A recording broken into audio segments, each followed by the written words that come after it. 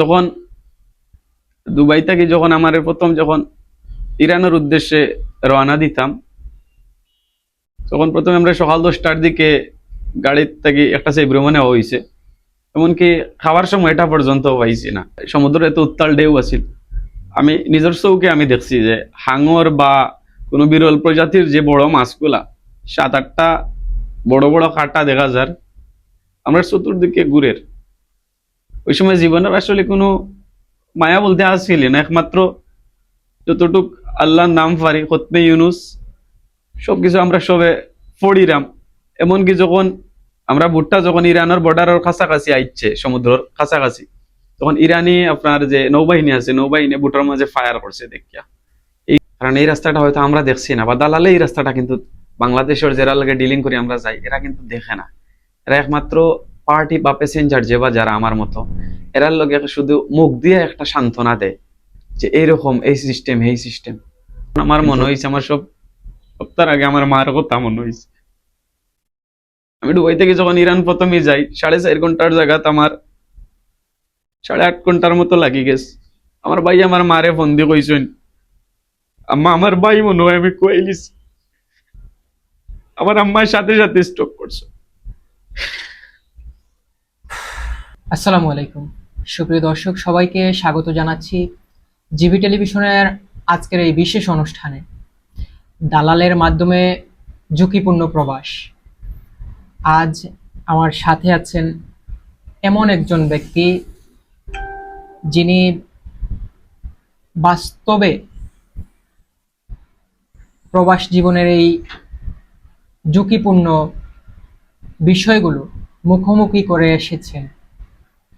আমরা শুনবো আজকে তার কাছ থেকে এই প্রবাস জীবনের দালালের মাধ্যমে কিভাবে ঝুঁকিপূর্ণ হয়ে ওঠে একজন প্রবাসীর জীবন, সেই গল্প শুনবো আজ আমাদের অতিথির কাছ থেকে। আজকের অতিথি জাহিদুল ইসলাম পাপলু, যিনি আজকে এই তার বাস্তব অভিজ্ঞতাটা আমাদের সবার সাথে শেয়ার করবেন। পাপলু ভাই, আপনাকে স্বাগত জানাচ্ছি আমাদের আজকের এই অনুষ্ঠানে। কেমন আছেন আপনি? আলহামদুলিল্লাহ, আমি ভালো আছি। আপনি ভালো আছেন? জি আলহামদুলিল্লাহ, আমিও ভালো আছি। তো ভাই, আমরা কথা না বাড়িয়ে মূল টপিকে চলে যাই। আপনি প্রবাসে জীবন কিভাবে শুরু করেছিলেন? কত সালে আপনি প্রবাসে গিয়েছিলেন, বা কোন দেশ থেকে আপনার প্রবাস জীবন শুরু? আমি সর্বপ্রথম যখন বাংলাদেশ থেকে আমি দুবাইয়ের উদ্দেশ্যে রওনা দিই, তখন 2018 সালের মাঝামাঝি ওই সময়টা। আমি যখন বাংলাদেশ থেকে দুবাইতে আমি যাই, দুবাই যাওয়ার পরে এখানে মাঝে আমি আসলাম প্রায় বছরখানেক চাইতে কম আসলাম এখানের মাঝে। তখন আমি দুবাই যাওয়ার পর এখানে প্রথমত আমি কিছু দুবাইয়ের কিছু বাস্তবিক কিছু কারণ আমি তুলিয়া ধরতাম চাইরাম। কারণ একটা প্রাসঙ্গিক একটা বিষয় আমি দেখছিলাম গত পরশু দিন, ওই যে আমরা যে বিগত কিছুদিন আগে বাংলাদেশের কিছু মানুষ যে মারা গেছিল লিবিয়া থেকে গ্রিস যাওয়ার উদ্দেশ্যে, একটা আমি নিউজ চ্যানেলের নামটা মেনশন করতাম চাইরাম না, একজন মানুষের মন্তব্য যে একটা কমেন্ট আর কি আমি দেখছিলাম যে মানুষ আসলে লুবর কারণে আসলে নিজের জীবনের ঝুঁকি লইয়া ইউরোপ চায়। তো এই জিনিসটা আমরা খেনে বুঝি না, বাকি তার লাগে এই জিনিসটা আমরা জীবনের নিরাপত্তা না আগে চাই, আগে আমরা ইউরোপ যাওয়ার স্বপ্ন দেখি। আমি ওই প্রথমত একটা কমেন্টের বিশ্লেষণ আমি করতাম চাইলাম আমার নিজের প্রেক্ষিতে। আমার এই পর্যন্ত প্রায় 6 দেশ সফরের অভিজ্ঞতা আছে, বাইরে উঠে আমি 3 দেশ সফর করছি। আমি যখন দুবাই প্রথমত যাই, যাওয়ার পরে বিশেষ করে মিডল ইস্টের অবস্থাটা আমি তুলিয়া ধরতাম সেইরাম প্রথমে। যখন আমি প্রথম দুবাই যাই, যাওয়ার পরে এখানের মাঝে আমি প্রায় 15 দিনের মতো আমার কাজ আসছিল না। আপনি মিডল ইস্টে দুবাইতে যখন যান তখন কিভাবে গিয়েছিলেন? ওয়ার্ক পারমিট নাকি ভিজিট ভিসা? আমি বাংলাদেশ থেকে ভিজিট বিষয়ে ফেলে আমি দুবাই গেছি। এখানে যাওয়ার পরে যেমন ধরেন আমি প্রায় 15 দিন বেকার আসলাম, কোনো কাজ আসছিল না। পরে একটা আমি কফি শপের মাঝে কাজ করছি প্রায় মাসখানিক কাজ করার পরে এখানের মাঝে মূলত আমার ভিসা আমি লাগাইছি না, আমার ভিজিটর ডেটটা শেষ হয়ে গেছে, আমার কাজও রাখতে চান না। তো আমার হয়তো এই এক্সকিউজটা আসছিল আমার ভিসা আসছিল না বিদায়। তারপর এখানে মাঝে আমি অনেক দেখছি আমরা বাংলাদেশি যে বা যারা আসেনি মাঝে অনেকের ভিসা থাকা অবস্থায় কাজ নেই। কারণ বিদেশ গেলে আপনার সর্বপ্রথম আপনার অভিজ্ঞতা থাকতেই বা কাজের প্রতি, কাজ যদি আপনার জানা না থাকে, আপনার যদি রেসিডেন্সি হাতে থাকে, এটার কোনো ভ্যালু থাকে না। তারপর আমি এখানে মাঝে দেখলাম আরো অনেক আছে বিভিন্ন সমস্যা ফেস করে। বাংলাদেশ থেকে হয়তো অনেকে ঋণ করিয়া বিদেশ মনে করে যে আসলে অনেক শুকর জায়গা বিদেশ, যে আমি বিদেশ গেলে কি যে আমি নিজের যে আমি প্রতিষ্ঠিত করিলাম, আসলে এলা কোনো বিষয় নাই। সর্বোপরি আমরা একটা জিনিসই ভাবতে হইব যে আমরা বিদেশ যাওয়ার আগে আমরা ভাবতে হইব ওই জায়গাটা আসলে আমার কর্মসংস্থানের ব্যবস্থা আছেন, আমার গাইড দেওয়ার মতো কেউ এরকম আমার আছেন। অবশ্যই আমার আপন ভাই আসলা বিদায় আমি কম বেশি একটা টুকটাক সাপোর্ট পাইছি, নাইলে হয়তো তারার মতো এই অবস্থা আমার হইল না।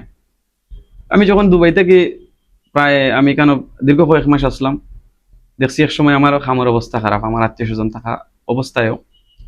তখন হঠাৎ করে আমার পরিবার থেকে সিদ্ধান্ত নেওয়া হইলো যে আমার দ্বারা কেন কিচ্ছু হইতো না। আমারে হয়তো সামনের দিকে যদি আমার যদি এদিকে যদি কোনো দেশ যদি ফাটানোর ব্যবস্থা করেন, তো হয়তো আমার লাগে হয়তো ভালো হইব, নাইলে আমি দেশও ব্যাক করতাম। এমনকি আমার ভাইয়ে দুইবারও আমার দেশও ফাটানোর প্রস্তুতি নিস লাগে, কিন্তু আমি মানছি না। আমি এখানে মানছি না, আমার একটাই লক্ষ্য যে আমি বিদেশে আইছি, আমি সফল হইতে হইব, এতে আমার জীবনের ঝুঁকি হোক আর যে কোনো কিছু হোক, আমি এটা মানতে শিকার আছে। তো তারপর এক পর্যায়ে আলাপ হইল আমরা গোলাপগঞ্জর মানিকুনার একজন এজেন্ট। বলতে আমি আসলে প্রিয় দর্শক আপনারা সকলের কাছেও এমনকি আপনার কাছ থেকে আমি প্রথমে অনুমতি নিতাম চাইরাম, শব্দটা আসলে খুব একটা বেশি সুন্দর নাই আসলে, তারপরেও আমি একটা দালাল শব্দটা মেনশন করে হইতে হয় এই বিষয়ের ক্ষেত্রে, নাইলে আপনারা অনেক হয়তো বুঝতে নাই। আর আমি বিশেষভাবে একটা জিনিস সবার কাছে রাখবো, আজকের অনুষ্ঠান যে বা যারা দেখবা, ভবিষ্যতে আমার আমার এই কথাবার্তাগুলা যার কাছে থাকবো, সবার প্রতি একটা শিক্ষণীয় একটা বিষয় আমি তুলিয়া ধরলাম আমার জীবনের বাস্তবতা নিয়ে। তো তখন মানিকুনার একজন দালাল, তার নাম আলাউদ্দিন, তাই দুবাই শারজাত থাকতা, সবজির ব্যবসা করতা, গাড়ি দিয়ে বিভিন্ন শপর মাঝে দোকানের মাঝে তাই সবজি নিয়ে দিতা, আবার বিচার দালালি করতা বাই রোডর।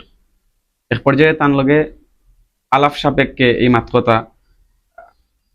আচ্ছা, এইখানে একটা বিষয় আমি আপনার কাছে জানতে চাইবো যে আপনি কেন দালালের মাধ্যমে অন্য দেশে যাওয়ার সিদ্ধান্তটা নিয়েছিলেন?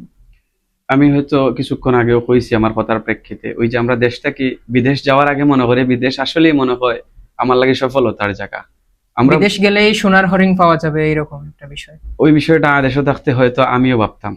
কিন্তু কিন্তু আমরা যদিও খাত যদি জানা না থাকে বিদেশ যাওয়ার আগে, বা আপনার এখানে গাইড দেওয়ার মতো যদি কোনো যদি আপনার নিকট আত্মীয় না থাকে, তাইলে বিদেশ না যাওয়াটাই আমি মনে করি আসলে একটা ভালো আমরার দিক থেকে। আচ্ছা, আমরা সামনের দিকে যাই। দালালের সাথে পরিচয় আপনার কিভাবে হয়েছিল এটা বলতেছিলেন। যে আমি যে দালালোর মাধ্যমে দুবাই থেকে যখন আমি তুর্কির উদ্দেশ্যে রওনা দিতাম, তো তার লাগে আলাপ আলোচনা হয়েছে একরকম আমার মাধ্যমে নেই আমার ভাইয়ের মাধ্যমেও।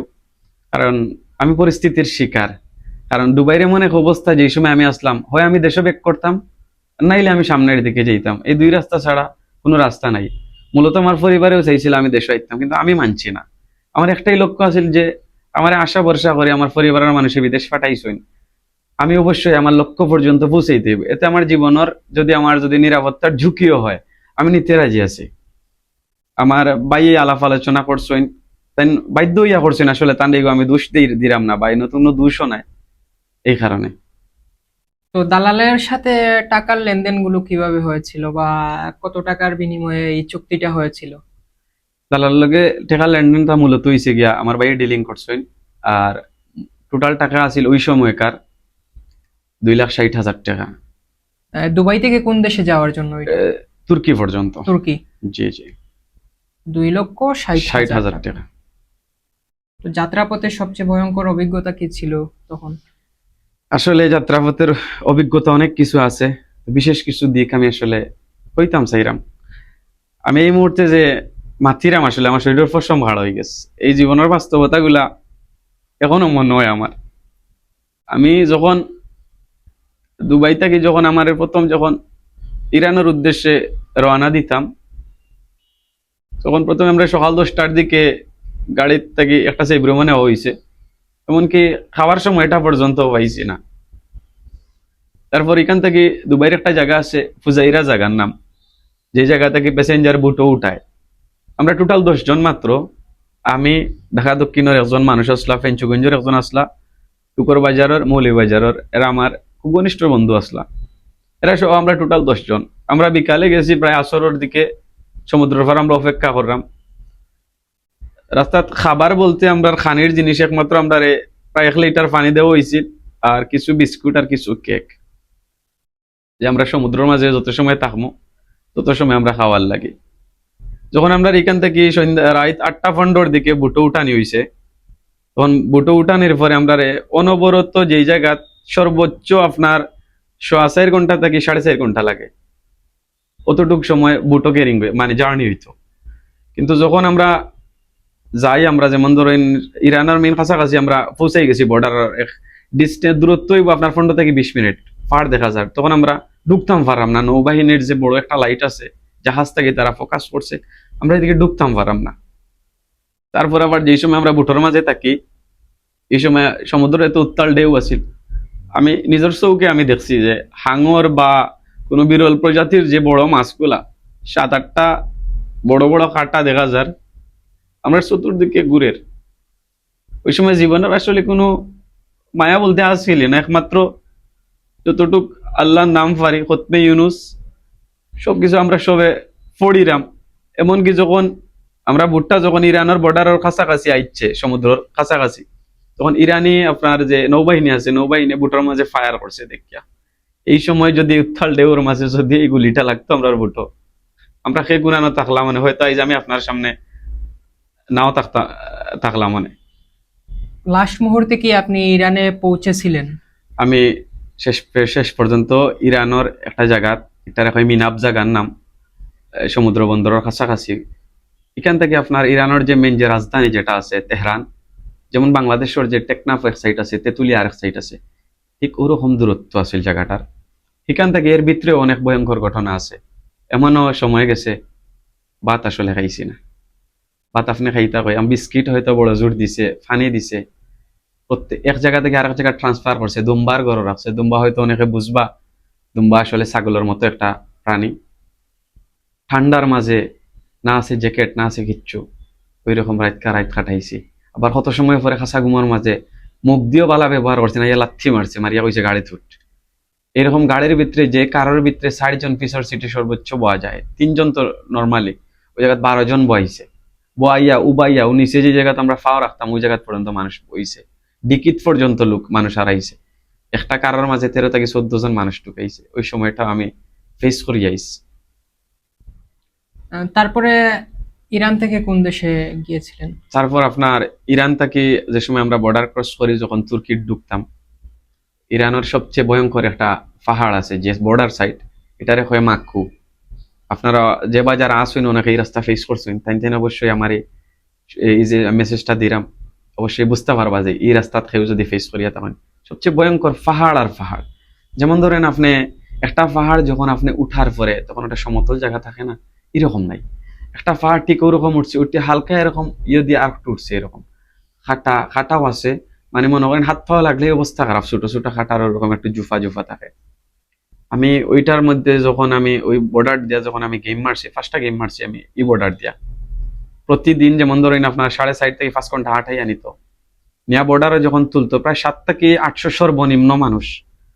আবার যখন গেম রিটার্ন হয়ে আইতো, আবার কারণ 5 জন মানুষ এক সাইডে দিয়ে আটিয়া গেলে খোলা ময়দানের মাঝে একটা আওয়াজ হয়, আর আমরা অত মানুষ, আর গেমটা একদম বাজে একটা গেম আমরা দেওয়া হয়েছিল। এই গেমের কন্ট্রাক্ট আছিল 60,000 টাকা। এই যে মানিকুনার যে আলাউদ্দিন, তাই আমরা বাংলার 30,000 টাকার গেম দিছইন, তাই নিয়ে গেমটা কি 60,000 টাকা দেন বেনিফিট আমরা মাথা গুনতি তাই খরচইন।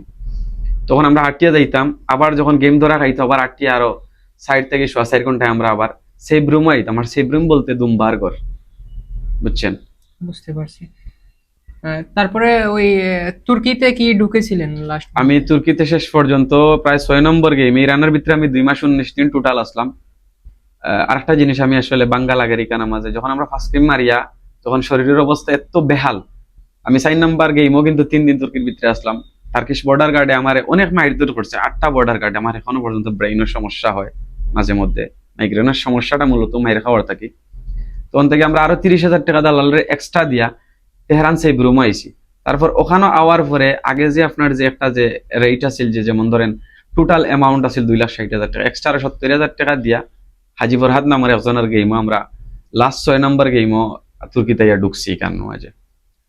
তুর্কির পরে কি আর কোনো দেশে মুভ করেছিলেন না? আমি মুভ করছি, আমি গ্রিসও প্রায় 7 বার গিয়া ঢুকছি।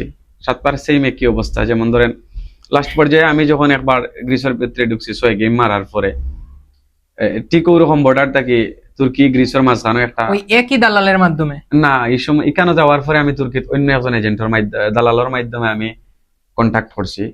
আর এই যে আপনার দুবাই থেকে ইরান পর্যন্ত কন্ট্যাক্ট আছিল আমরা গোলাপগঞ্জর যে মানিকুনার আলাউদ্দিন, তাইন কন্ট্যাক্ট করছেন সুনামগঞ্জর সুফিয়ানের লগে। সুনামগঞ্জর সুফিয়ান তাই না, পুরো একটি চক্র এখানে চক্র সম্ভবত মূলত চক্র। ঘাটে ঘাটে এগুলা। যেমন ধরুন দুবাই থেকে বুটে মিনাব পর্যন্ত এক পার্টি পৌঁছাইব, এখান থেকে তেহরান পৌঁছাইব আরেক পার্টি, তেহরান থেকে পৌঁছাইব টার্কিত আরেক পার্টি। শুধু কি বাংলাদেশি এজেন্টরা কি দালালরা কি এই সংঘবদ্ধ চক্রের সাথে জড়িত, নাকি অন্যান্য দেশেরও আছে? বাইরোডর মূলত গেম শব্দটা আসলে অনেকে বুঝেন এই রাস্তা যে বা যারা ফেস করছেন, মূলত এই রাস্তাটার গেমের একটা রাস্তা। মূলত আমরা যারার মাধ্যমে বাংলাদেশ হইন, পাকিস্তান হইন, ইন্ডিয়া হইন, আফগানিস্তান নিজস্ব দেশীয় দালালের মাধ্যমে প্রথমে কন্ট্যাক্ট করা লাগে। আর তারার যেমন ধরুন একটা চক্র আছে, বিভিন্ন দেশের লগে কন্ট্যাক্ট যখন তারা করে, যে দালাল লগে কাজ করে, তারা হেরার লগে কন্ট্যাক্ট করে আমরা পাঠায়। বুঝতে পারলাম। আরেকটি বিষয়ে, গ্রিস যাওয়ার সময় কি কোনো ধরনের ঝুঁকির মুখোমুখি হয়েছিলেন আপনি? জি অবশ্যই হয়েছে।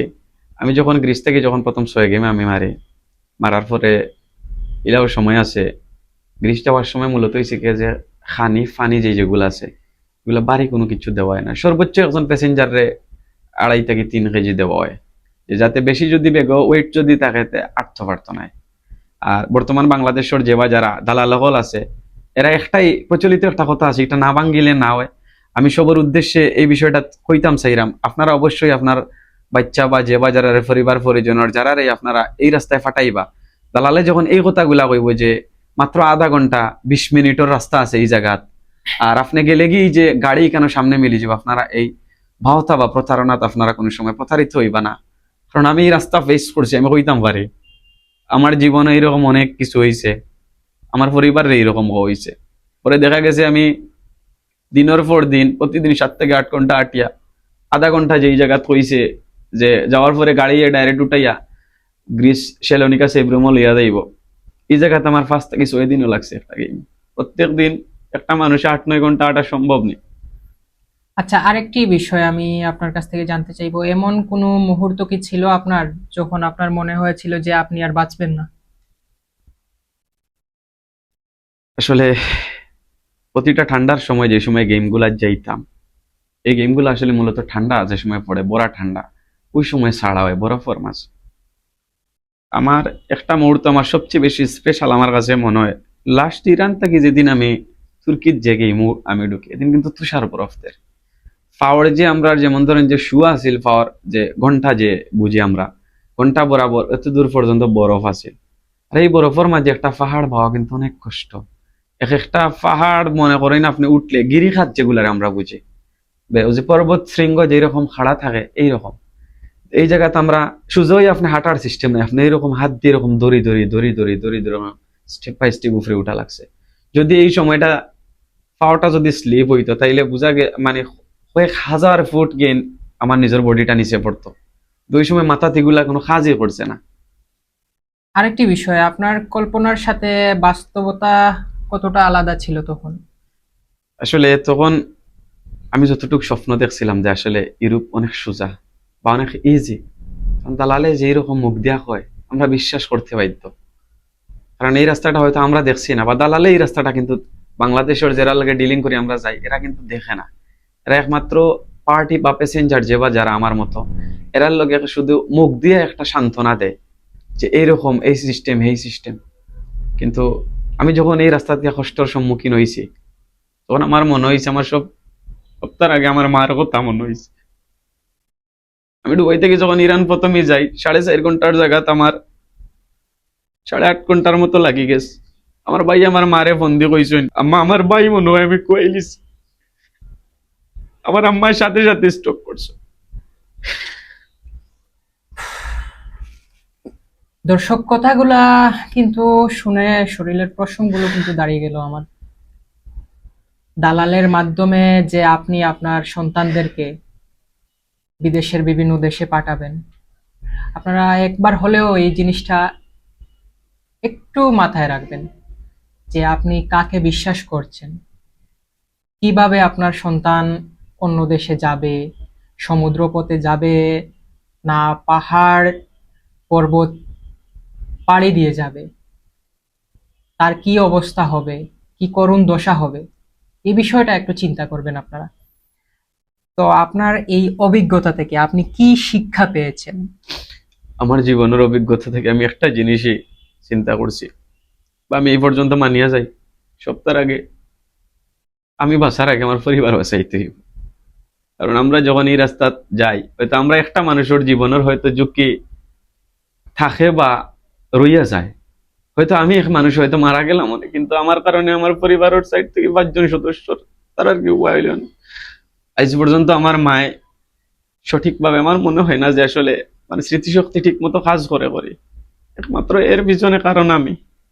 কারণ আমি যদি এই রাস্তায় যদি না বার হইতাম, হয়তো আমার মা সুস্থ। আমরা কিন্তু অনেক সময় পার করেছি এই অনুষ্ঠানে। লাস্ট আপনার কাছে আমি একটা বিষয়ে জেনে আজকের এই অনুষ্ঠান থেকে বিদায় নেব। যারা এখন দালালের মাধ্যমে বিদেশ যেতে চায়, তাদের জন্য আপনার পরামর্শ কি থাকবে? আমি দেশ ও জাতির কাছে একটা জিনিসই তুলিয়া ধরতাম চাই, বিশেষ করে আমার গোলাপগঞ্জ বিয়ানীবাজার সিলেটের ভিতরে বৃহত্তর যে বাজার আছে, আপনারা কোনো কিছু না জানিয়া না বুঝিয়া কোনো দালালর প্রতারণাত পড়িয়া আপনার পরিবারের কোনো সদস্যরে মৃত্যুর মুখে ঠেলিয়া দিবা না। কারণ এই রাস্তাত আমি অনেক আমার উপরে দিয়ে নির্যাতন জুলুম গেছে। হয়তো সময়ের সাপেক্ষে এই মাঝে সংক্ষিপ্ত কথা সারসংক্ষেপগুলো আমি তুলিয়া ধরছি। অন্য কোনো একদিন যদি আমি যদিও সময় যদি পাই, জিবি টেলিভিশনও যদি আমার সুযোগ যদি হয়, আমি আরো বিস্তারিত অনেক কিছু তুলিয়া ধরবো। আর আপনারা বিশেষ করে এই রাস্তাগুলো অবলম্বন করবা না, কারণ এই রাস্তাত বিশেষ করে নিকটাত্মীয় যে বাজারা আছে, এরাই কিন্তু প্রতারণার ফাঁদ তৈরি করে আমরার মতো মানুষরে মৃত্যুর মুখে ঠেলিয়া দেয়। যে আপনাকে অসংখ্য ধন্যবাদ আজকে আমাদের এই অনুষ্ঠানে আসার জন্য। প্রিয় দর্শক, একটি ভুল সিদ্ধান্ত, একটি ভুল পথের যাত্রা একটি জীবনকে ধ্বংস করে দিতে পারে। স্বপ্ন দেখুন, কিন্তু সেই স্বপ্ন যে স্বপ্ন হয় নিরাপদ পথে, দালালের প্রলোভনে পা না দিয়ে বৈধ পথে বিদেশে যাওয়ার চেষ্টা করুন। সবাই ভালো থাকবেন, সুস্থ থাকবেন। আল্লাহ হাফিজ।